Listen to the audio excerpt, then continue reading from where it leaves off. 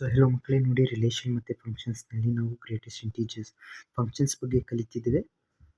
Okay, ಇದರೊಳಗೆ greatest integer function GIF ಅಂತಾರೆ. ಇದನ್ನು ಯಾವಾಗಾದರೂ ಎಕ್ಸಾಮ್ನಲ್ಲಿ ನಿಮಗೆ ಹೀಗೆ ಕೊಟ್ಟರೆ, ಇಲ್ಲಾಂದರೆ ಬಾಕ್ಸ್ ಇಂಟೀಜರ್ಸ್ ಏನಾದರೂ ಹೀಗೆ ಕೊಟ್ಟರೆ ಅದನ್ನು ಅರ್ಥ ಮಾಡ್ಕೊಳ್ಳಿ, greatest integer function.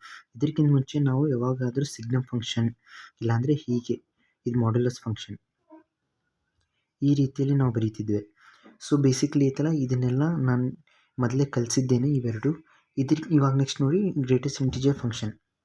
Greatest integer function basically ಇದನ್ನು ರೆಪ್ರೆಸೆಂಟ್ ಹೀಗೆ ಮಾಡ್ತಾರೆ.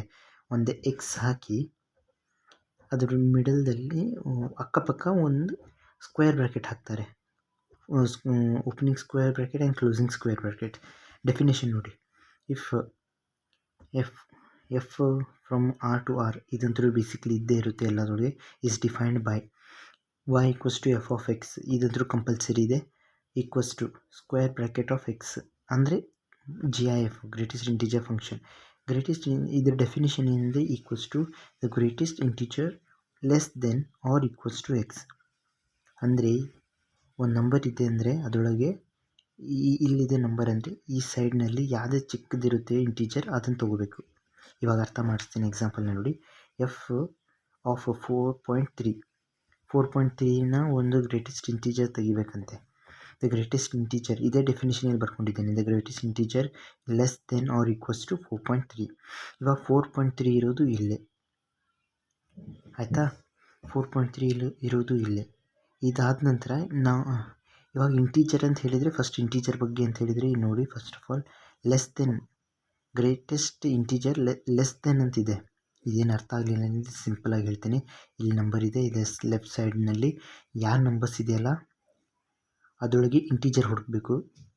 ನೀವು ಅಂತ ಇರ್ಬೋದು ಇಲ್ಲಿ ಎಲ್ಲ ತುಂಬ ಇಂಟೀಜರ್ ಇದೆ, 4 ಇದೆ, 5 ಇದೆ, ಇಲ್ಲಿ 4.3 ಇಲ್ಲಿದೆ. ಸೊ ಇದ್ರ ಹಿಂದೆ ಅಂದರೆ ಲೆಫ್ಟ್ ಸೈಡ್ನಲ್ಲಿ 4 ಇದೆ, 3 ಇದೆ, 2 ಇದೆ, ಹೀಗೆ n ನಂಬರ್ಸ್ ಆಫ್ ಇಂಟೀಜರ್ಸ್ ಇದೆ. ಇದಿಷ್ಟು ಅಂದರೆ -ಇನ್ಫಿನಿಟಿ ಮಟ್ಟ ಹೋಗಿದ್ರೆ. ಸೊ ಬೇಸಿಕ್ಲಿ ನಾವೇನು ಮಾಡ್ತೀವಿ, ಇದರ ನೆಕ್ಸ್ಟ್ ಪಕ್ಕದಲ್ಲಿರುವ ಒಂದು ನಂಬರ್ ತೊಗೊತೀವಿ. ಇವಾಗ ನಿಮ್ಗೆ ಅರ್ಥ ಆಗ್ಬೋದು ಗ್ರೇಟೆಸ್ಟ್ ಇಂಟೀಜರ್ ಇದೆಲ್ಲ ನಂಬರ್ಸ್ಗಿಂತ ಇಲ್ಲಿಂದ ಇಟ್ಕೊಂಡು ಇಲ್ಲಿ ಮಟ್ಟ ಇದೇ ಗ್ರೇಟೆಸ್ಟ್ ಇಂಟೀಜರ್ ಫಾರ್, ಆಯಿತಾ? ಲೆಸ್ ದೆನ್ 4.3 ಇದೆ, ಆಯಿತಾ? Less than 4.3 greatest integer is 4 or equals to 4.3. ಇವಾಗ ಇದು 4.3 ಅಂತ ಹೇಳಿದರೆ ಡೆಸಿಮಲ್ ಇದೆ. So that is the reason I have taken 4.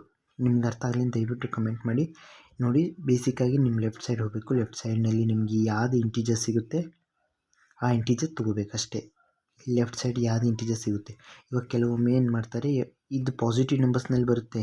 ನೀವು ಇವಾಗ ಇದನ್ನು ನೋಡಿದ ನಂತರ ನೀವೇನು ಅನ್ಬೋದು, ಲೆಫ್ಟ್ ಸೈಡ್ ಹೋಗಬೇಕು. 10.5 ಇಲ್ಲಿದೆ, ಆಯಿತಾ? ಲೆಫ್ಟ್ ಸೈಡ್ ಹೋಗಬೇಕು, ಇದರೊಳಗೆ ಯಾವ್ದು ನಂಬರ್ ಇದೆಯಲ್ಲ ಸಣ್ಣದು ಅದನ್ನು ತೊಗೋಬೇಕು. ನೀವು ಹೀಗೆ ಯೋಚನೆ ಮಾಡ್ಬೋದು, ಪಾಸಿಟಿವ್ ನಂಬರ್ಸ್ನಲ್ಲಿ ಇದು ನಡೆಯುತ್ತೆ. ಇವಾಗ ಇದನ್ನು ಗ್ರೇಟೆಸ್ಟ್ ಇಂಟೀಜರ್ ತೆಗೆ ಅಂತ ಹೇಳಿದ್ರೆ 10 ಅಂತ ಡೈರೆಕ್ಟಾಗಿ ಬರಿಬೋದು. ಆದರೆ ನೆಗೆಟಿವ್ ನಂಬರ್ಸ್ನಲ್ಲಿ ಬರೋಲ್ಲ. ಇವಾಗ ಕೆಲವೊಮ್ಮೆ ಏನು ಮಾಡ್ತಾವೆ, f of 5 ಈಕ್ವಸ್ ಟು 5 ಇದ್ರೊಳಗೆ ನೋಡಿ less than of greatest integer less than or equals to 4.3. ಇದನ್ನೇ ಇದರೊಳಗೆ ಅಪ್ಲೈ ಮಾಡಿದರೆ ನಮಗೆ ಇಂಟೀಜರ್ ಬೇಕು. ಇದೇ ಇದು ಖುದ್ the number itself is a integer, so we take 5 as a answer.